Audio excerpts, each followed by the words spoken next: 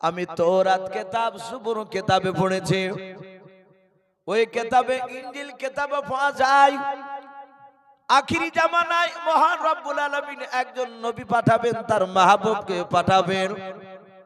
ওনার নাম হযরত মুহাম্মদুর রাসূলুল্লাহ সাল্লাল্লাহু তাআলা আলাইহি ওয়াসাল্লাম। ওই নবীর জন্ম হবে মক্কা নগরে, কুরাইশ বংশের সন্তান হবে। ওনাকে হাশমি বলা হবে, কুরাইশি বলা হবে।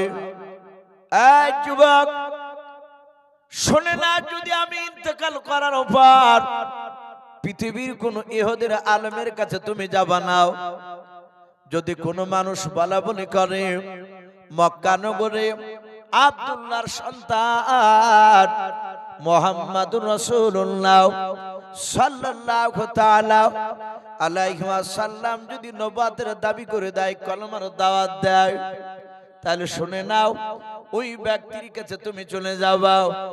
সালমান বলেছিল, হুজুর আপনি বলে দেন ওই ব্যক্তির কলমাটা কি হবে। ইহুদির আলেমটা তাওরাতে বাপজি পড়েছিল, নবীর কলমা কি হবে। আমরা সকলে বাপজি জানি, একবার মহব্বতে পড়ুন কলমা লা ইলাহা ইল্লাল্লাহ। বাপজি লজ্জা করবেন, একটু মহব্বতে সবাই পড়ি লা ইলাহা ইল্লাল্লাহ, লা ইলাহা ইল্লাল্লাহ। এ তৌহিদ का डंका आलम में, तौहीद का डंका आलम में बजा दी वकमले अला आकाने हक ला इलाहा इल्लल्लाह, ला इलाहा इल्लल्लाह मुहम्मदुर রাসূলুল্লাহ সাল্লাল্লাহু তাআলা আলাইহি ওয়াসাল্লাম। ইহুদির আলেমটা বাপটি যখন কলমা পড়লাম, সালমান ফারসি বলেন, হুজুর এই কলমাটা পড়ার পর আমার শরীরের পশমগুলো খাড়া হয়ে গেল। ও বাপজি ভাইয়েরাও, কলমা এমন একটা মধুর জিনিস রে বাবা, ইমানদাররা কলমা পড়লে ভিতরে শান্তি পায়, পাওয়া যায় না? অনেক মানুষকে দেখেছি, অনেকে আমার সামনে পার্সোনাল গল্প করতে করতে বলে, ইসু ভাই নামাজ পাঁচ ওয়াক্ত পড়ি না, এটা আমাদের অন্যায়।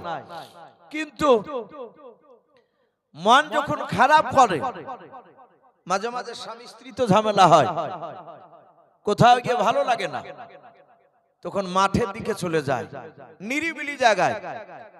যার পর কোরআন হাদিস তো জানি না, ওই যুবকটা বলছে আল্লাহ আর ওই আস্তে আস্তে কলমার জিকির করি, তখন ভিতরে শান্তি চলে আসে, বলুন সুবহানাল্লাহ।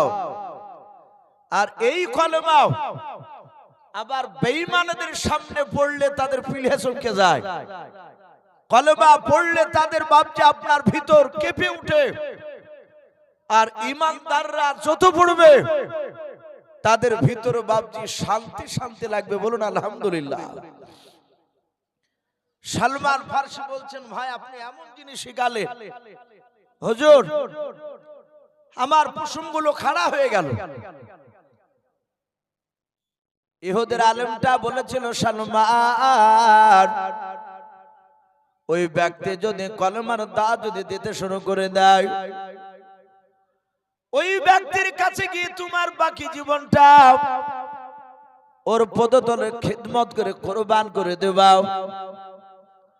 সালমান বলেছিল, হুজুর আমি কেমন করে, উনি আখিরি জামানার পয়গম্বর, এটা আমি তাকে চিনবো কেমন করে বলেন।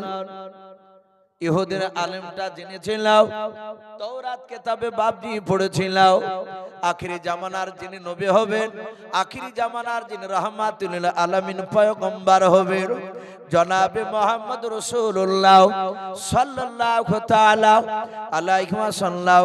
উনি দুনিয়ার বুকে যাকাতের টাকা বাপজি খাবেন না, ফিতরার টাকা খাবেন না, সদকার টাকা তিনি তো খাবেন না। আল্লাহ রাসূলের ব্যাপারে পাওয়া যায়, আল্লাহর নবীকে অনেক মানুষ এসে বলেছে, হুজুর এটা যাকাতের টাকা, আপনি নেন, আপনি খেতে পারেন।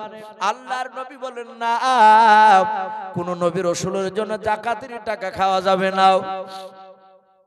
সদকার টাকা খাওয়া যাবে না, ফিতরার টাকা খাওয়া যাবে না। আল্লাহ রাসূল সাল্লাল্লাহু তাআলা আলাইহি ওয়াসাল্লাম তিনি বলেন ওষুধও খাওয়া যাবে না নবীদের জন্য। আল্লাহ রাসূল বললেন শুধু হাদিয়া যদি দাও, হাদিয়া যদি স্বেচ্ছা যদি তুমি আমাকে দাও, ওটা কোনো তোমার ফসলের ওষুধ নাও, যাকাত নাও। ওটা যদি বলে এটা আমার হাদিয়া, আমার বাগান থেকে আমি এই ফসলগুলো, এই ফলগুলো, খেজুরগুলো আমি ওজন করে যাকাত বের করে দিয়েছি, ওষুধ বের করে দিয়েছি। ও হুজুর, এটা আমার ভাগ থেকে আপনাকে আমি স্বেচ্ছায় দান করলাম, আপনি খান, আপনার সাথী ভাইদেরকে আপনি দিতে পারেন। আল্লাহর নবী বললেন হাদিয়া বলে আমি গ্রহণ করে নেব, খাবো। ইহুদের আলেম বলল সালমান, ওই ব্যক্তির নাম যদি শুনতে পাও তাহলে তুমি দুটো জায়গায় খেজুর নিয়ে যাবা, একটা ব্যাগে খেজুর নিবা যাকাতের, আর একটা খেজুর নিবা তুমি হাদিয়াও। প্রথমে নবীর কাছে গিয়ে বলবা এই খেজুরটা আপনাকে দিলাম, দেখবা কি জামানার যিনি নবী হবেন উনি জিজ্ঞাসা করবেন এটা কিসে থেকে নিয়ে এসেছো, তখন তুমি সত্য কথা বলবা এটা যাকাতের মাল। দেখবা উনি সত্যিকারের নবী হলে, আখিরি জামানার পয়গম্বর হলে তোমার যাকাতের টাকা নেবে না, ফেরত দিয়ে দেবে, বলে আমি হকদার নই। আবার তুমি ব্যাগের খেজুরটা বলবা এটা হাদিয়া, দ্বিতীয় ব্যাগটা হাদিয়া বলে দেবা, দেখবা আখিরি জামানার নবী হলে হাত পাতিয়ে ধরে নেবে, বলুন সুবহানাল্লাহ। হাদিয়া দেওয়া এবং নেওয়া এই দুটি সুন্নাত। বর্তমান বাবজি আমাদের হাদিয়া দেওয়া এখন বন্ধ হয়ে যাচ্ছে। একটা গরিব মানুষ একটা বড় লোক মানুষকে সে হাদিয়া দিতে পারে। একটা ছেলে এলাকার নামি দামি লোক, সে যাচ্ছে চৌরাস্তার মোড়ে, আপনাদের যেমন হাসানপুরে মোড়ে এখানে দাঁড়িয়ে আছে, একটা বাচ্চা ছেলে, সে গরিব, পকেট থেকে 10টা টাকা বের করে বলল হুজুর কি চাচা, হাজী সাহেব যদি হয়, যদি বলে হাজী সাহেব চাচা আপনি এই টাকাটা নেন। ক টাকা? 10 টাকা। বলে এই টাকাটা নেন, আপনাকে আমি হাদিয়া দিচ্ছি টাকাটা।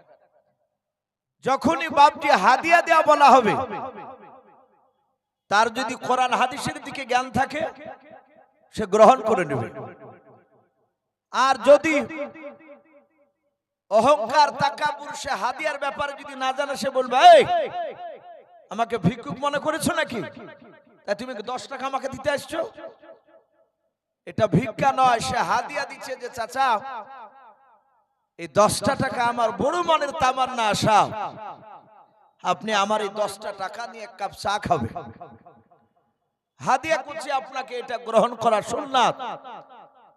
আপনি গ্রহণ করে ওখান থেকে চলে গিয়ে আপনি আবার অন্য কাউকে দান করে দিতে পারেন, কিন্তু ওই সময় আপনাকে নিতে হবে, না নিলে গুনাহ হবে।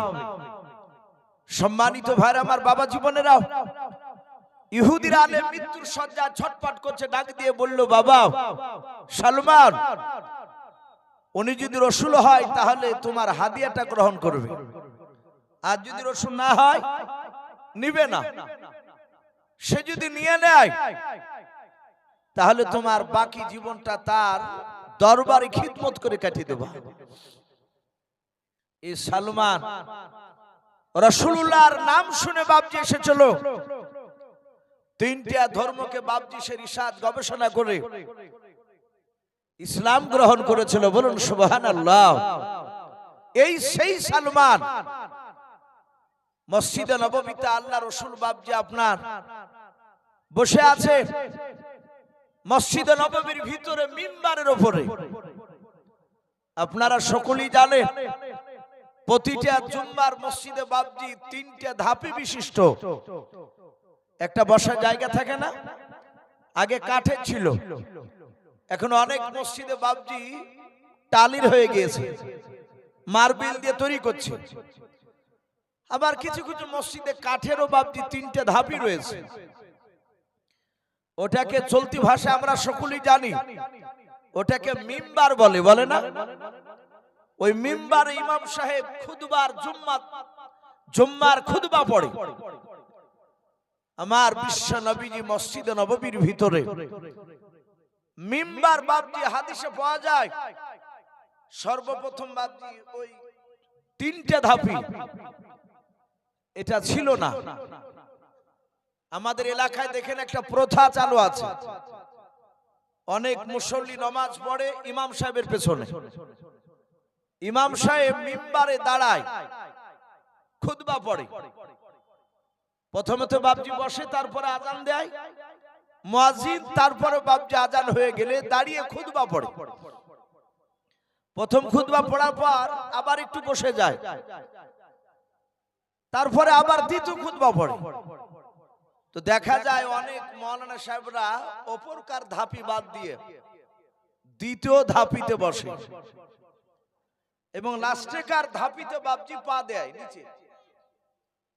যদি কোন ইমাম সাহেব প্রথমকার ধাপিতে বসে যায়, একদম অপরকার 3 নম্বর, নামাজ পড়া হয়ে গেলে কেউ কেউ আবার প্রশ্ন করে মুসল্লিতে, মাওলানা সাহেব আপনি নবীকে অপমান করলেন না? এই মাওলানা সাহেব বলে, না তো অপমান তো করিনি। বলে আপনি প্রথমকার ধাপিতে বসলেন কেন?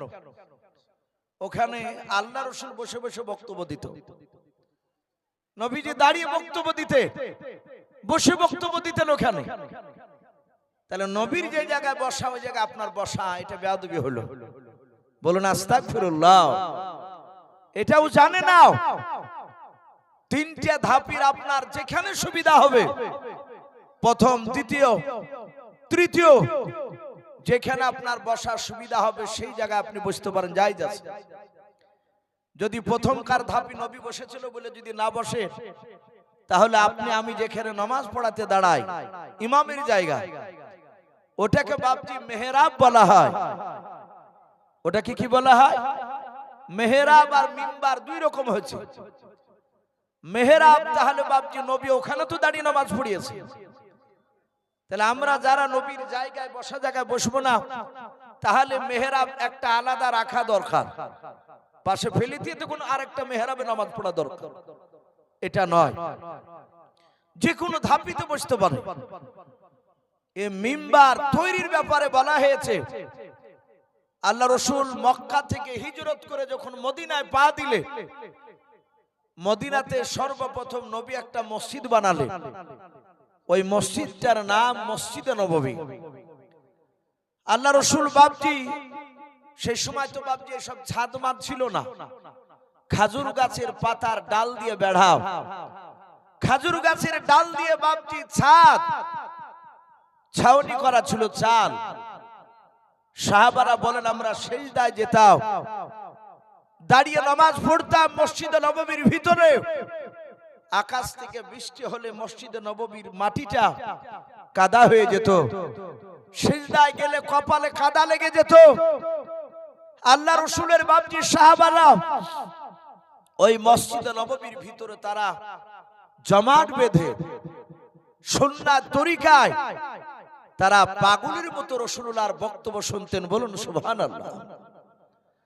আল্লাহ রাসূল ওখানে তখন তিনটে ধাপি বিশিষ্ট মিম্বার হয়নি, মসজিদ বানিয়েছে, মিম্বার হয়নি।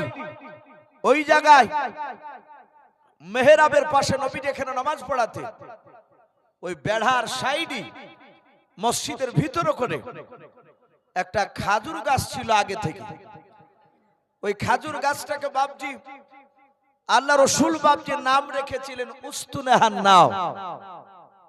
নবী কয়েকটা জিনিসের নাম দিয়েছিলেন, যেমন আমরা জানি আল্লাহ রাসূল যে উটটায় চাপতেন, উটে চেপে বেড়াতে, নবী তো একটা নির্ধারিত উট ছিল, ওই উটটাকে নবীজি আজবা বলে ডাকতেন। বলুন আলহামদুলিল্লাহ। আর উটটাও ছিল বড় ভাগ্যবান, সে আল্লাহকে ডেকে বলতো, আল্লাহ তোমার বিশ্ব নবী আমার আমার পিঠের উপর চেপে চলাফেরা করে আমি নিয়ে যাই, এটা আমার বিরাট বড় সৌভাগ্যবান। বলুন আলহামদুলিল্লাহ। সম্মানিত ভাই আমার, বাবা জীবনেরাও, এ তো আবুলাও রাসূলের সাহাবারা তো চিনতেন নবীকে আমার। আপনারা সকলেই জানেন আমার বিশ্ব রাসূল আসার বহুদিন আগে একটা নাজ্জাশী দেশের বাদশা ছিল। ওই নাজ্জাশী দেশের বাদশা তাওরাত, জুবুর, ইনজিলে পড়েছিল আখির জামানার একজন রাসূল আসবে, সেই নবী গ্রামের অত্যাচারে থাকতে না পেরে আল্লাহর হুকুমে সে মক্কা ছেড়ে মদিনায় চলে যাবে, মদিনায় চলে যাবে। তাই সঙ্গে সঙ্গে বলা হয়েছে, ওখানে রেখে দে, কোরআন উপরে রাখতে হবে, ওটা লেখা রাখেন, ওটা পরে বলে দাও। মুবারক মন্ডল, যাক আল্লাহ রাব্বুল আলামিনের নবীর মহব্বতের মাদ্রাসায় মুবারক মন্ডল বলে একটা ছেলে হ্যান্ডিক্যাপ, একটা ফ্যান আর কোরআন শরীফ দান করেছে, দোয়া চেয়েছে আল্লাহ রাব্বুল আলামিন তাকে শেফায়ে কামিলা দান করুন, বলুন আল্লাহুম্মা আমিন। হায়াতে তয়্যিবা সিহাতে কুল্লিয়া দান করুন, আমিন আল্লাহুম্মা আমিন। আল্লাহ তার রুজি রাজগারে বরকত দিন, তার আত্মীয় স্বজন কবর আযাবকে maaf করুন, বলুন আল্লাহুম্মা আমিন। তো ভাই আমি বলছিলাম এই নাজ্জাশী দেশের বাদশা শুনেছে ইহুদির আলেমের কাছে যে নবী মক্কা থেকে মদিনায় যাবে। নাজ্জাশী দেশের বাদশা আল্লাহর নবীজি বাপ যে দুনিয়াতে আসার প্রায় 200, কেউ বলেছেন বাপ যে আপনার 220 বছর বাপ পূর্বে বাদশা মদিনায় এসে বাপ যে একটা জায়গা কিনা আল্লাহর নবীজির নামে ওয়াকফ করেছিলেন, বলুন আলহামদুলিল্লাহ। নবীর নামে বাপজি জায়গাটা কিনেছিলেন, ওই জায়গাটা কেনার পর ওখানে নাজ্জাশী দেশের বাদশা বাপ যে ঘর বানিয়েছিল। আল্লাহর নবীজি মক্কা থেকে মদিনা যেদিন চলে আসবেন, আল্লাহর রাসূল যেন কোনো মানুষের বাড়িতে যেন না যায়, আল্লাহর নবীর নামে যে জায়গাটা দান করেছি, ঘর বানিয়ে দিয়েছে, এই ঘরে থাকবে।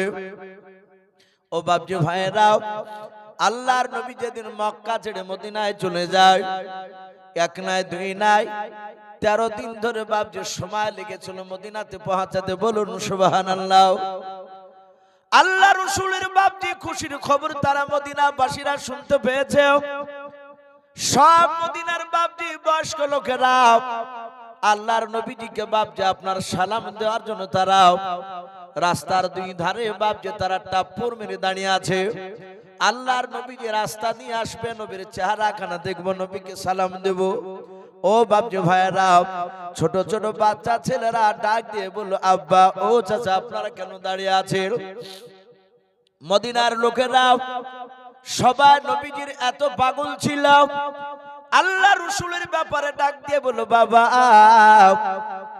তোমরা জানো না সারা পৃথিবীর শ্রেষ্ঠ নবী জনাবে মুহাম্মদ রাসূলুল্লাহ সাল্লাল্লাহু তাআলা আলাইহি ওয়াসাল্লাম মক্কা থেকে মদিনাতে আসতেছে। ওই নবীকে আল্লাহ রাব্বুল আলামিন সারা পৃথিবীর চেয়ে দামি নবী বানিয়েছে। বাচ্চা ছেলেরা বলল, আব্বা আমরা দেখতে চাই, আমরাও নবীজিকে সালাম দেব। কিতাবে পাওয়া যায় সিরাতে হালবিয়া বলে বাপ একটি কিতাব ওলামে দেওবন্দের লেখাও, তাতে এসেছে বাবা বাচ্চা ছেলেরা মদিনার রাস্তার ধারে বাবা খাজুর গাছ ছিল, ওই খাজুর গাছে বাপজি তারা উপরে উঠেছে। খাজুর গাছের বাপজি ডাল ধরে আল্লাহর নবীজিকে দূর থেকে বাপজি আগে দেখার জন্য তারা মদিনার সব বাচ্চা ছেলেরা তারা আল্লাহ রাসূলের কে বাপজি দেখার জন্য দাঁড়িয়ে আছে খাজুর গাছে উঠে। আল্লাহ রাসূল যখন মদিনাতে বাপজি পৌঁছালেন, আল্লাহ রাসূলের বাপজি আপনার ওটের উপর নবীজি চেপে আছেন। হাজার হাজার বাপজি মদিনাবাসীরাও সবাই আল্লাহর নবীজিকে সালাম দিলেন।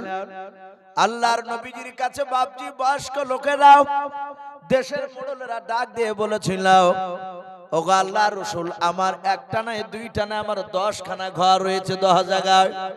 ওগো আল্লাহর নবী যে আপনি চলুন, আমার 10টা ঘর আপনি দেখার পর যেটা মন চাইবে ওটাই আপনি থাকবেন, আপনাকে দান করে দেব।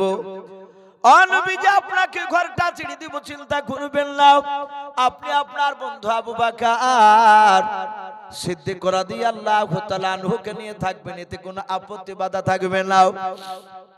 ওগো নবী আপনাকে একেবারে দিয়ে দিলাম। অন্য মুরুল ডাক দিয়ে বলেন, ভাই তোমার চেয়ে আমার দামি ঘর রয়েছে, আমার ঘরটা দেব। এভাবে বাপজি মদিনার সব লোকেরা ঘর নবীজিকে দেওয়ার জন্য বাপজি ঝামেলা শুরু করে দিয়েছে। ও আল্লাহর নবীজিকে ডাকে, ও আল্লাহর নবীজিকে ডাকে। আল্লাহ রাসূল দেখলেন এত মহব্বত করেছে মদিনার মানুষেরাও। বাচ্চা ছেলেরা বাবা সালাম দিয়ে খাজুর গাছ থেকে বাপজি নিচে নেমে পড়লাম। আল্লাহর নবীজির চারিদিকে বাবা বাচ্চা ছেলেরা বাপজি ঘুরতে চার নবীজির সাথে হেঁটে হেঁটে যাচ্ছে। আল্লাহর দরুদ নবী আমার মদিনার মানুষের দিকে বাপজি তাকাচ্ছেন, বাচ্চা ছেলেদের দিকে বাপজি তাকাচ্ছেন।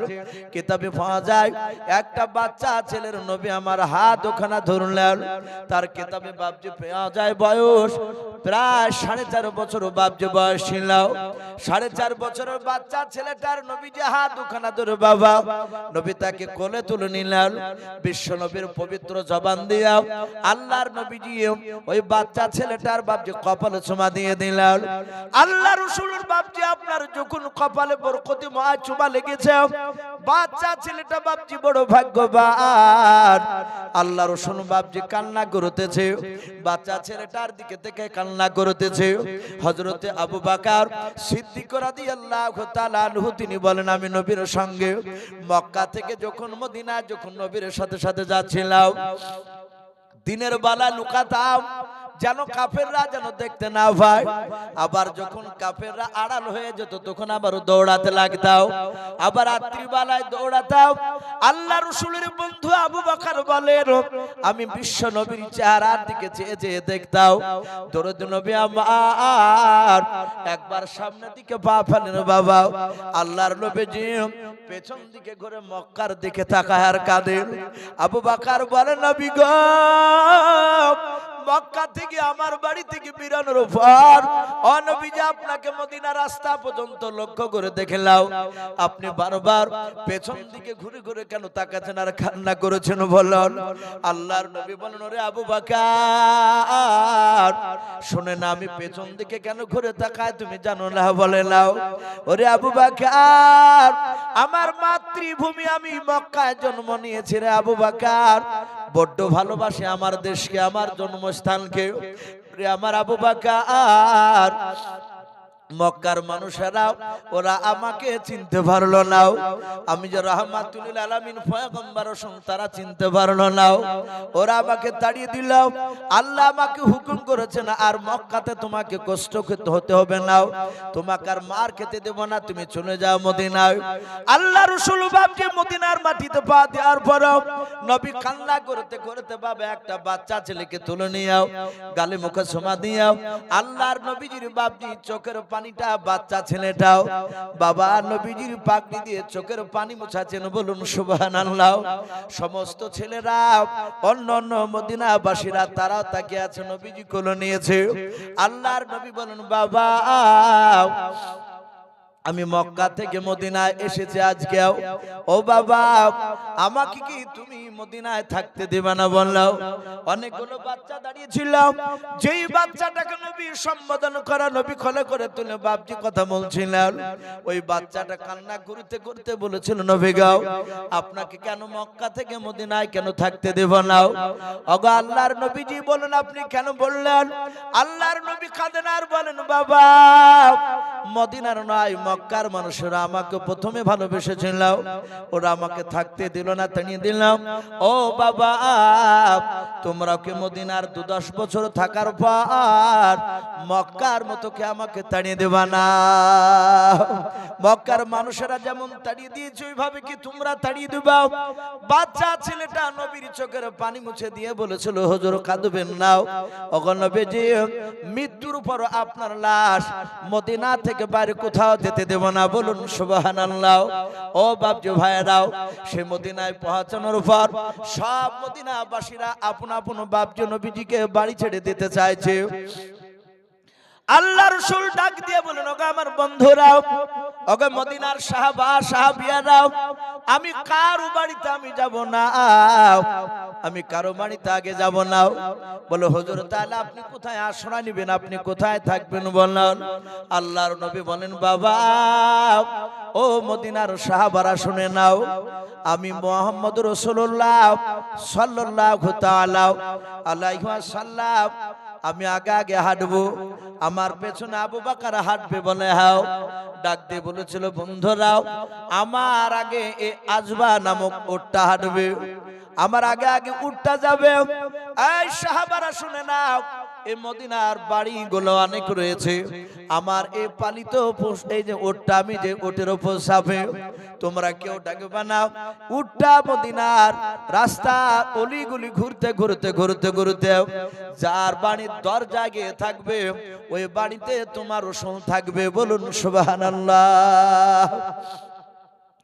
সব মদিনার বাসীরা চুপচাপ, কিছু বলে নাই। আল্লাহর নবী জনাবে মুহাম্মদ রাসূলুল্লাহ সাল্লাল্লাহু তাআলা আলাইহি ওয়াসাল্লাম তিনি উটের পেছন পেছন হেঁটে যায়। আজবা নামক উটটা হাঁটতে হাঁটতে হাঁটতে হাঁটতে বাবা মনে হচ্ছে উটটা বাড়ি চিনে গিয়েছিল। এই বাড়ি থেকে আর এক বাড়ি যায়, আর এক বাড়ি থেকে আর এক বাড়ি যায়, ভাবে যেতে যেতে বাবা মদিনায় ঘুরে ঘুরে বাবা আবু আইয়ুব আনসারী বলে একজন নবীর সাহাবা, ওনার বাড়ির দরজা গিয়ে উটটা বসে গেল। বলুন সুবহানাল্লাহ। আল্লাহর নবী বলেন, আবু আইয়ুব আনসারী এই বাড়ি তোমার, তাহলে তোমার বাড়িতে থাকবো। আবু আইয়ুব আনসারী কেঁদে কেঁদে বলেছিল, হুজুর ওগো আল্লাহর নবী, যে আমার এই বাড়ি নাই। বলে কেন, তুমি তো থাকো এই বাড়িতে। বলে থাকে, এটা সত্য, শুনে না এই বাড়িকে আমি পাহারাদার হিসাবে থাকতাম। বলুন সুবহানাল্লাহ। ও নবীজি আপনার বাড়ি, এটা আপনার বাড়ি। বলে আমার বাড়ি কেমন করে হলো? আমি তো সর্বপ্রথম আজকে মদিনাতে আসলাম, এর আগে এসে তো আমি মদিনার জায়গা আমি কিনি নাই, কেন আমার বাড়ি হলো বলাও? কেমন করে হলো বলাও? আবু আইয়ুব আনসারী বলেছিল, হুজুর আপনি দুনিয়াতে আসার বহুদিন আগে একটা নাজ্জাশী দেশের বাদশা আপনার নাম শোনার পর আপনার মহব্বতে থাকতে না পেরে আপনি যে মক্কা ছেড়ে মদিনা আসবেন, এটা অন্য অন্য সহিফা কিতাবে দেওয়া ছিল, আসমানি কিতাবে দেওয়া ছিল।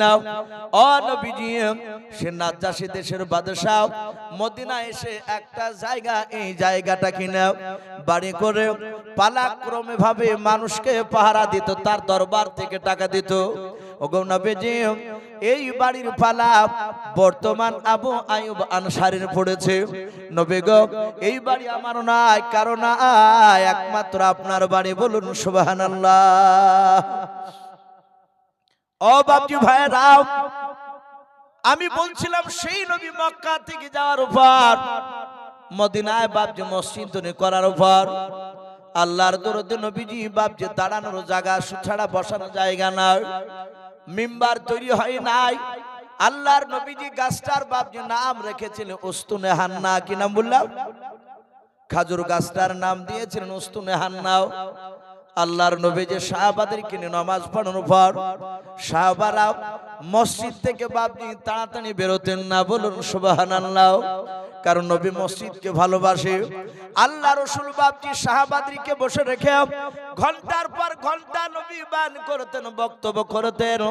ওই উস্তুনে হান্না খাজুর গাছটায় বাবা পিঠ লাগিয়ে দাঁড়িয়ে দাঁড়িয়ে বক্তব্য দিতেন। সাহাবারা চাতক পাখির ন্যায় চেয়ে আল্লাহর নবীজির মুখের দিকে চেয়ে চেয়ে বক্তব্য শুনতেন। বলুন সুবহানাল্লাহ।